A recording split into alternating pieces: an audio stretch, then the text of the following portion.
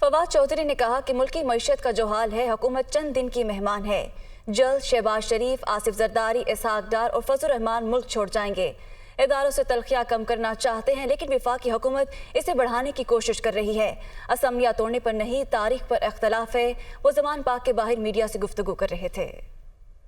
PMLQ और तहरीक इंसाफ इत्तेहादी हैं, इत्तेहादी रहेंगे। तारीख के ऊपर जो है वो इख्तलाफ राय हो सकता है, लेकिन असम्बलियाँ तोड़ने के ऊपर कोई इख्तलाफ राय जो है वो मौजूद नहीं है। जो पाकिस्तान की मईशत की सूरत हाल है, उसमें ये हुकूमत बड़ी तेज़ी के साथ अपनी अहमियत खो रही है। हमारा जो असल खदशा है वो ये है कि ये हुकूमत चंद दिनों की या चंद हफ्तों की मेहमान रह गई है। ये नहीं चला सकते। नवाज शरीफ से बाहर बैठे हुए हैं, बहुत जल्द शहबाज शरीफ, इसहाक डार, आसिफ जरदारी ये भी मुल्क से बाहर लंदन पहुंच जाएंगे, और फजल रहमान साहब का कोई पता नहीं काबुल बैठे हो।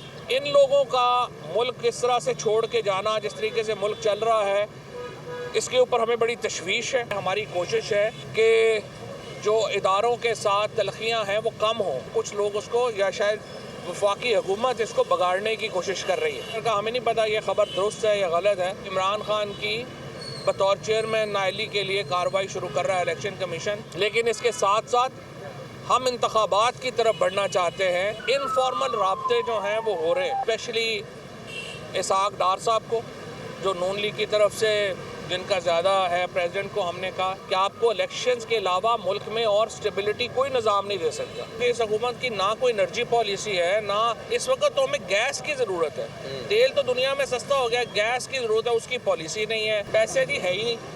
प्रॉब्लम इस वक्त ये हुआ है कि इनके पास तो वो कहते हैं ना, जहर खाने के भी पैसे नहीं।